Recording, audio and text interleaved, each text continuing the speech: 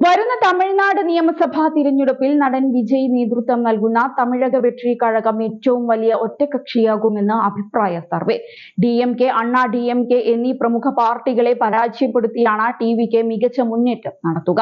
ഈ സർവേ ശരിയാണെങ്കിൽ വിജയ്ക്ക് തമിഴ്നാടിന്റെ മുഖ്യമന്ത്രി കസേരയിലേക്ക് വഴി തെളിയും. ടിവിക്ക് പ്രവർത്തകർ ഈ സർവേയുടെ ഫലം സോഷ്യൽ മീഡിയയിൽ പ്രചരിപ്പിക്കുന്നുണ്ട്. പോൾ മിത്ര എന്ന ഏജൻസിയാണ് സർവേ നടത്തിയിരിക്കുന്നത്.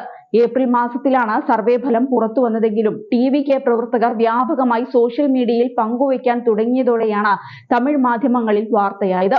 234 അംഗ നിയമസഭയാണ് തമിഴ്നാട്ടിലേത്. 118 സീറ്റ് നേടുന്ന പാർട്ടിക്കാണ് ഭരിക്കാൻ സാധിക്കുക. വിജയുടെ പാർട്ടി 95 മുതൽ 105 വരെ സീറ്റുകൾ നേടുമെന്നാണ് സർവേയിൽ പറയുന്നത്. അതായത് ഒറ്റയ്ക്ക് ഭരിക്കാനുള്ള ഭൂരിപക്ഷം കിട്ടില്ല. മറ്റേതെങ്കിലും പാർട്ടിയുടെ പിന്തുണയുണ്ടെങ്കിൽ ഭരണം നടത്താൻ സാധിക്കുമെന്നും സർവേ കണക്കുകൾ സൂചിപ്പിക്കുന്നുണ്ട്. 34.55% വോട്ടാണ് ടിവിക്ക് നേടുക. വനിതാ വോട്ടർമാരിൽ വലിയൊരു ഭാഗം ടിവികെയെ പിന്തുണയ്ക്കുമത്രേ. ഭരണകക്ഷിയായ DMKക്ക് 75 മുതൽ 85 വരെ സീറ്റ് എന്നാണ് സർവേ പറയുന്നത്. അതായത് 30.20% വോട്ട് സ്റ്റാലിന്റെ നേതൃത്വത്തിൽ DMK സഖ്യം നേടും. എടപ്പാടി പളനിസ്വാമി നേതൃത്വം നൽകുന്ന അണ്ണാ DMK സഖ്യം 55 മുതൽ 65 വരെ സീറ്റുകളാണ് നേടുക എന്നും സർവേ പറയുന്നുണ്ട്. ഇവർക്ക് 27.85% വോട്ടുകളാണ് ലഭിക്കുക. സീമാന്റെ നാം തമിഴർ കക്ഷിയും മറ്റു കക്ഷികളും 5 മുതൽ 10 വരെ സീറ്റുകൾ നേടും. 4% വോട്ട് ഇവർക്ക് കിട്ടും. 2021 തമിഴ്നാട് നിയമസഭാ തിരഞ്ഞെടുപ്പിൽ DMK കോൺഗ്രസ് സഖ്യത്തിന് 159 സീറ്റുകളാണ് ലഭിച്ചത്. അണ്ണാ DMKക്ക് 75 സീറ്റുകളും ലഭിച്ചു.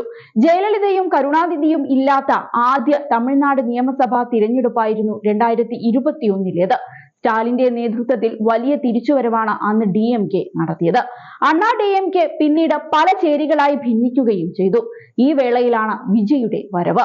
സർവേയിലെ കണക്കുകൾ ശരിയാവുകയാണെങ്കിൽ DMK സഖ്യത്തിന് വലിയ തോതിൽ സീറ്റ് നഷ്ടമാകുമെന്ന് മനസ്സിലാക്കാം. അണ്ണാ DMKക്കും സീറ്റുകൾ നഷ്ടമാകും.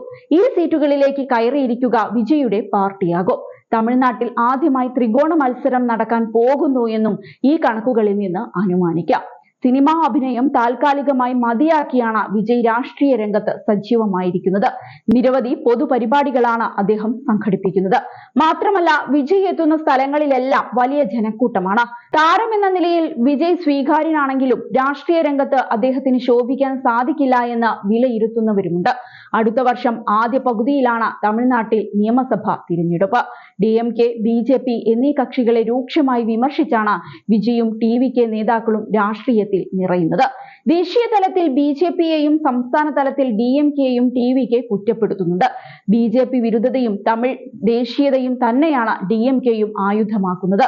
ഈ സാഹചര്യത്തിൽ മതേതര വോട്ടുകൾ ടിവികെ DMK കക്ഷികൾക്കിടയിൽ ഭിന്നിക്കുമോ എന്ന സംശയവുമുണ്ട്. അണ്ണാ DMK വീണ്ടും BJPയുമായി സഖ്യം ചേർന്നാണ് തമിഴ്നാട് നിയമസഭാ തിരഞ്ഞെടുപ്പിന് ഒരുങ്ങുന്നത്.